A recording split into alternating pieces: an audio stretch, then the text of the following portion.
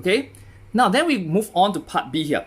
Give a reason why the substance in A is greater in amount than in the blood at Y than the blood at X. The reason was exactly what Teacher Patrick mentioned just now. Okay, now let me type it out, then I'll read out to you once again. It was already explained a moment ago. Okay, now let me adjust it so that everyone can see it clearly. Okay, now let me read you. Okay, part B question. Give a reason why the substance in A is greater in amount in the blood at Y than the blood at X. My answer, which I've explained much earlier, the blood at Y will carry digested food away to the circulatory system. The respiratory system will use up some of the digested food sent through the circulatory system. Hence, there will be more digested food in the blood at Y than X. So you must be able to tell me, at Y here, this is where there is the most amount of digested food.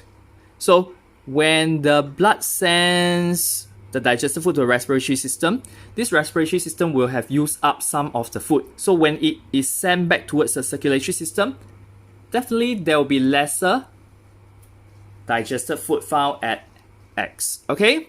Now part C. State a difference between the blood at Z and blood at X. Now let's take a look. Let me use a different color. Let's talk about X and let's talk about Z. Now, Teacher Patrick just now mentioned this arrow here on top here without any labels is actually sending carbon dioxide rich blood towards the respiratory system. Then, of course, when the carbon dioxide is sent to the respiratory system, carbon dioxide will be removed from our lungs and out from our body, right not? Okay, and then of course, the respiratory system will then will be filled with oxygen, and the blood will carry the oxygen-rich blood.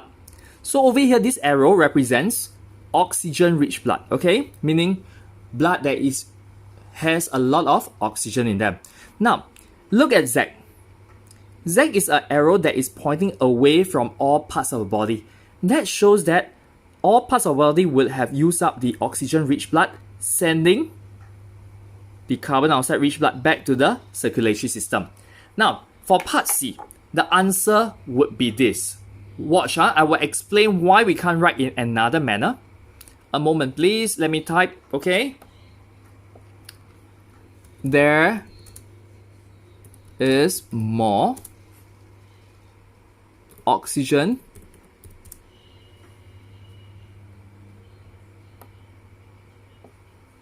found in the blood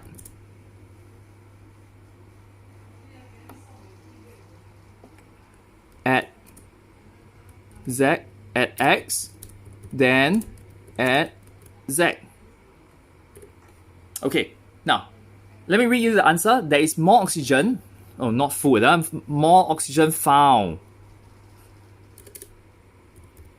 There is more oxygen found in the blood at X than at Z. Now, usually we will have pupils who will write this. Listen to the answer. Pupil will write, at X there is oxygen-rich blood, but at Z there will be carbon dioxide-rich blood.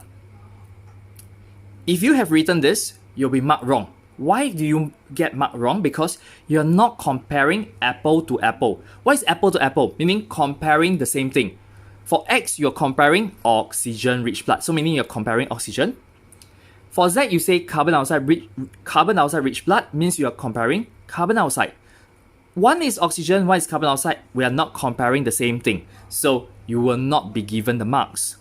Hence, you need to talk about the same thing.